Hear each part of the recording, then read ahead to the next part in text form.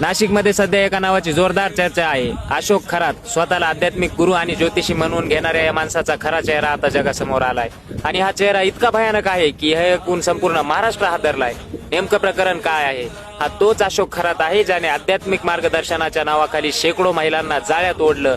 पोलिसांना तपासात जे सापडले ते अत्यंत धक्कादायक आहे. 58 पेक्षा जास्त आक्षेपार्ह व्हिडिओ. आरोप असा आहे की हा नराधम महिलांना गुंगीचं औषध द्यायचा, त्यांच्यावर अत्याचार करायचा आणि त्यांचे व्हिडिओ बनवून त्यांना वर्षानुवर्ष ब्लॅकमेल करायचा. हद्द तर तेव्हा झाली जेव्हा समोर आलं की हा महिलांना फसवण्यासाठी त्यांना राधा म्हणायचा. श्रद्धेच्या नावाखाली वाचण्याचा हा नंगानाच नाशिकमध्ये सुरू होता.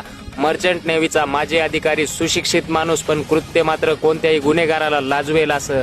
सध्या या प्रकरणासाठी SIT म्हणजेच विशेष तपास पथक नेमण्यात आलं आहे.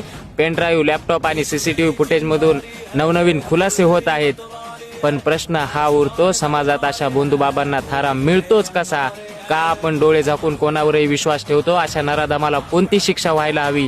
तुमचं मत कमेंट्समध्ये नक्की सांगा आणि आपल्या घरच्या महिलांना अशा भोंदू लोकांपासून सावध करण्यासाठी हा व्हिडिओ जास्तीत जास्त शेअर करा.